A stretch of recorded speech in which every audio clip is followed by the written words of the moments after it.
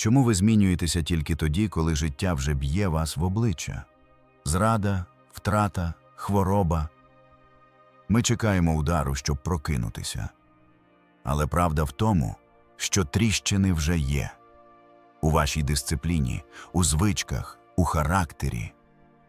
І якщо ви не виправите це сьогодні, завтра це зламає вас остаточно.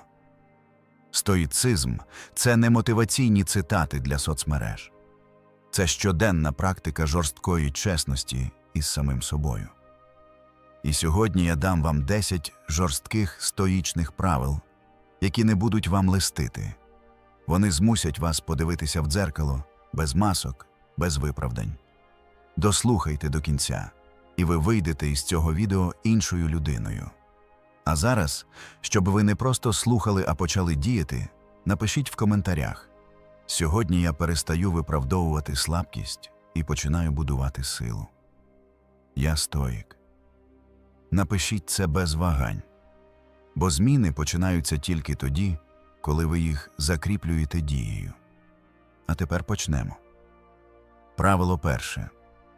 Знищіть голос, який вас підриває. Уявіть своє життя як фортецю, міцні стіни, захищені брами. Але щодня ви самі відчиняєте ворота ворогу. І цей ворог не зовні, це ваш внутрішній голос слабкості. Він говорить тихо, але впевнено. Залишся ще на 10 хвилин у ліжку. Почнеш завтра. Сьогодні ти втомлений, ти заслужив відпочинок. Цей голос переконує вас, що самозрада – це турбота про себе. І ви слухаєте.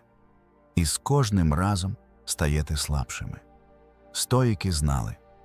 Найбільша битва не з іншими людьми, а з власною слабкістю. Марк Аврелій писав собі нагадування щоранку. Ти прокинувся не для того, щоб знову лягти спати. Ти прокинувся для справи. Слабкість підступна. Вона завжди має виправдання. Вона каже, що дисципліна токсична, що строгість шкідлива, що відкласти – це нормально. Але кожного разу, коли ви їй піддаєтесь, ви надсилаєте мозку сигнал. Я не можу довіряти собі. І цей сигнал накопичується, перетворюючись на віру. Я слабкий. Тому перше правило стоїка просте й безжальне. Знищіть голос, який вас підриває. Не ведіть переговорів зі слабкістю, не шукайте мотивації, виконуйте рішення без дискусій. Особливо тоді, коли не хочеться. Бо саме ці моменти визначають, хто ви є насправді. Правило друге. Контролюйте реакції, інакше вони контролюватимуть вас. Іскра сама по собі не небезпечна, але потрапивши на бензин, вона може спалити все. Так працюють наші реакції. Проблема не в подіях, а в тому, як ми на них відповідаємо. Більшість людей живуть у рабстві власних емоцій. Хтось сказав щось різке, ви вибухнули. Хтось образив, і ви вже не спите всю ніч. Хтось підрізав на дорозі, і цілий день зіпсований. Це не сила, це рабство. Стоїки вчили. Між подією і реакцією завжди є пауза. І саме там ваша свобода. Ви можете зупинитися, вдихнути, поставити собі запитання. Чи робить моя реакція мене сильнішим чи слабшим? Марк Аврелій писав. Люди завжди робитимуть щось, що може тебе зачепити. Але тільки від тебе залежить, чи станеш ти таким, як вони. Імпульсивність руйнує роками зароблену репутацію. Одне слово гніву може закрити двері назавжди. Справжня сила – це не вибух, а тиша перед вибухом. Не байдужість, а самовладання. Наступного разу, коли вас провокують, не реагуйте відразу. Станьте господарем ситуації, бо той, хто не володіє реакціями, не володіє собою. Правило третє. Робіть важке, навіть коли не хочеться. М'язи ростуть не під час відпочинку, а під час напруги. Розум працює так само.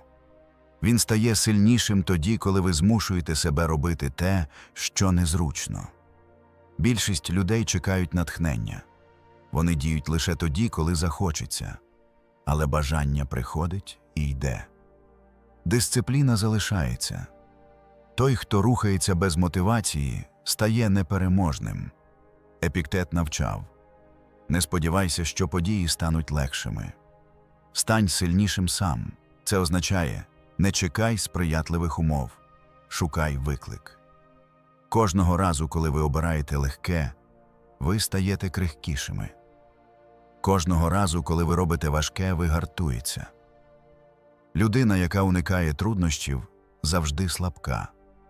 Людина, яка шукає їх, стає незламною. Важке не завжди приносить миттєвий результат. І саме в цьому його цінність. Коли ви робите щось, навіть без швидкої винагороди, ви будуєте самоповагу. А самоповага – це фундамент характеру. Робіть важке, навіть коли ніхто не бачить. Без постів у соцмережах, без оплесків. Бо справжній характер формується у тиші. Правило 4. Приберіть шум і сфокусуйтеся. Уяви, що ти лучник. У тебе найкращий лук, гострі стріли і чітка ціль. Але якщо в голові галас, ти промахнешся. Так працює наш розум. Він не слабкий, він розсіяний. Сьогоднішній світ переповнений шумом.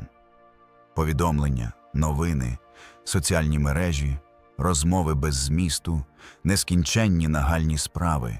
І все це краде твою увагу. Найгірше те, що ти сам віддаєш її, навіть не помічаючи. Епіктет казав: ти стаєш тим, на що спрямовуєш свою увагу. Якщо ти живеш у відволіканнях, твоя особистість стає розсіяною. Якщо ти навчаєшся зосередженості, твій розум стає гострим. Шум виснажує. Ти починаєш десятки справ, але не закінчуєш жодної. У тебе безліч ідей, але мало результатів. І поступово з'являється відчуття, ніби ти кудись біжиш, але завжди залишаєшся на місці. Тому правило просте: захищай свою увагу, як найбільший скарб. Вимикай сповіщення. Прибирай усе зайве. Кажи ні тому, що відволікає, бо якщо ти не вирішуєш, що живить твій розум, це вирішує світ за тебе. Концентрація – це м'яз. Вона зростає тоді, коли ти радикально відсікаєш шум. Тільки в тиші народжується ясність. Правило 5. Припиніть шукати схвалення. Розбите дзеркало завжди показує спотворене відображення. Але ти все одно дивишся в нього, сподіваючись побачити правду. Це і є залежність від чужого схвалення. Ти змінюєш слова, поведінку, навіть принципи, аби сподобатися. Ти уникаєш критики і конфліктів, жертвуючи власною правдою. І щоразу, коли ти дієш не так, як відчуваєш, аби комусь догодити, ти зраджуєш себе. Марк Аврелій писав: якщо тебе непокоїть чужа думка, ти вже став їхнім рабом. Стоїки знали: справжня цінність людини не в оплесках, а в чесноті. Прагнення подобатися звучить тихо. Воно маскується під гнучкість і доброзичливість. Але насправді це страх бути відкинутим. І цей страх змушує тебе зменшувати себе, щоб уписатися. Схвалення оманливе. Люди мінливі. Сьогодні вони люблять тебе, завтра зневажають. Якщо твоя впевненість базується на цьому, ти завжди будеш хитким. Правило стоїка таке: перестань жити чужим схваленням. Обирай чесність замість популярності, вірність собі замість зручності, бо лише справжність робить тебе вільним. Правило 6. Мовчання – це сила. Справжня буря не приходить із криками. Вона приходить тихо і змінює все. Так само і справжня сила. Вона не вимагає галасу, вона просто є. Сьогодні всі хочуть говорити. Усі сперечаються, виправдовуються, намагаються довести своє. Але чим більше ти говориш, тим більше втрачаєш контроль. Бо слова як стріли, і випущені бездумно, вони можуть знищити тебе. Стоїки вчили: мовчи, якщо твої слова не кращі за тишу. Бо мовчання – це стратегія. Воно дозволяє бачити більше, розуміти глибше, діяти точніше. Людина, яка мовчить, не слабка. Вона спостерігає. Вона бачить наміри інших, розпізнає маніпуляції, вчиться читати між рядків. А хто спостерігає, той керує. Не плутай мовчання зі страхом. Це вибір. Вибір не витрачати сили на марні суперечки. Вибір доводити діями, а не словами. Марк Аврелій писав: «Будь радше людиною дії, ніж людиною слів. Бо справжня влада не кричить, вона мовчить і змінює». Правило 7. Комфорт не ваш учитель. Метал не гартується в тиші, він загартовується у вогні. Те саме відбувається з людиною. Якщо ти шукаєш лише легкість і зручність, ти прирікаєш себе залишитися крихким. Сьогодні світ продає ілюзію комфорту. Нам обіцяють швидкі рішення, легкі шляхи, життя без труднощів. Але стоїки знали, там, де дискомфорт, там твій ріст. Сенека писав: «Ми не стаємо сильними, уникаючи випробувань, а проходячи їх». Дискомфорт – це не покарання, це дзеркало. Він показує, де твої слабкі місця. Якщо ти зупиняєшся перед труднощами, ти втрачаєш шанс стати сильнішим. Подумай про тренування. Тіло росте тоді, коли відчуває опір. Так само й душа. Якщо ти тікаєш від складного, ти втрачаєш можливість загартувати характер. Тому правило стоїка просте: залишайся там, де незручно. Коли хочеш втекти, залишайся. Коли боляче, терпи. Бо там, де більшість здається, формується непохитність. Правило 8. Вирівняйте дії з цінностями. Зламаний компас завжди веде не туди. Так само й життя, якщо твої слова не збігаються з діями. Ти можеш говорити про силу, але якщо відступаєш при першій трудності, це брехня. Ти можеш казати про свободу, але якщо живеш, шукаючи чужого схвалення, це рабство. Стоїки будували життя на чесноті. Чеснота – це не абстрактна ідея. Це узгодженість. Це коли твої щоденні дії підтверджують твої принципи. Бо світ оцінює не твої наміри, а твої вчинки. Кожна зрада собі руйнує твою довіру до себе. А без самоповаги жодна дисципліна не тримається. Марк Аврелій писав: «Будь таким, яким хочеш здаватися». Це означає: прибери розрив між образом і реальністю. Правило стоїка. Вирівняй дії з цінностями. Якщо впав, нехай від зусиль, а не від лінощів. Якщо помилився, нехай від спроб, а не від уникання. Бо узгодженість із собою робить тебе сильнішим, ніж будь-які зовнішні перемоги. Правило 9. Час – ваш найсуворіший суддя.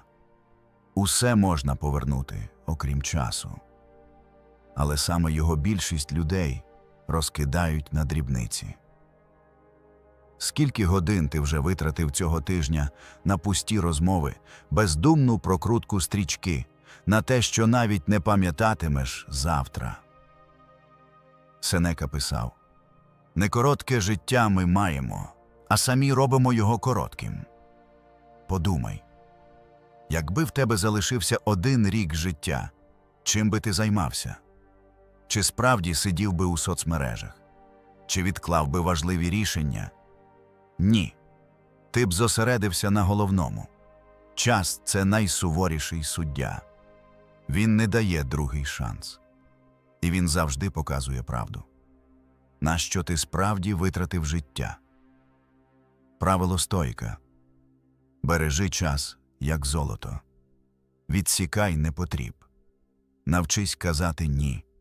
Бо кожне так чужому забирає в тебе шмат власного життя. Твої дні – це валюта. Інвестуй її в те, що будує тебе. Правило 10. Будьте безжальним до виправдань. Найбільший ворог твоєї сили – не інші люди і не обставини. Це твої виправдання. Я втомився. Я почну завтра. Я ще не готовий. Ці фрази звучать переконливо, але їхня єдина мета – залишити тебе там, де ти є. Стоїки не торгувалися з собою. Якщо вони приймали рішення, вони виконували його. Бо внутрішній діалог із слабкістю завжди закінчується капітуляцією. Виправдання здаються дрібними, але вони накопичуються. І кожного разу, коли ти їм піддаєшся, ти зраджуєш себе. Самоповага руйнується. І настає момент, коли ти більше не віриш власним словам. Правило стоїка. Будь безжальним до виправдань. Не слухай їх. Дій навіть тоді, коли не хочеться. Особливо тоді, коли не хочеться. Бо саме в ці моменти народжується справжня дисципліна. Виправдання – це самозрада. А людина, яка зраджує собі, втрачає все. Тому будь радикальним. Відсікай слабкість ще до того, як вона заговорить. І тоді ти станеш тим, хто керує собою, а не тим, ким керує слабкість. Дорогі глядачі, якщо це відео було для вас корисним, не забувайте підписатися на наш канал, поставити вподобайку та натиснути на дзвіночок, щоб не пропустити нові випуски про саморозвиток і стоїцизм. Поділіться своїми думками та питаннями в коментарях. Я завжди радий почути ваш досвід і допомогти вам на шляху до особистісного зростання. Пам'ятайте, стоїцизм – це не філософія для книжок. Це практика, яка щодня формує ваш характер. І кожне правило, яке ви почули сьогодні, стане силою лише тоді, коли ви почнете діяти. Дякую за перегляд і до нових зустрічей.